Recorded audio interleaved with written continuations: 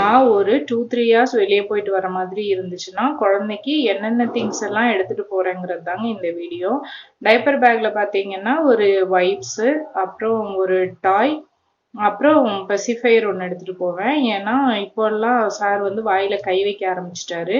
அதனால பெசிஃபையர் எடுத்துட்டு போயிடுறது. அப்புறம் கொஞ்சமா மில்க்கு, அப்புறம் ஒரு 2-3 டயப்பர், 2-3 எல்லாம் தேவைப்படாது, இருந்தாலுமே ஒரு 2-3 டயப்பர் சேஃப்டிக்காக எடுத்துட்டு போயிடுறது.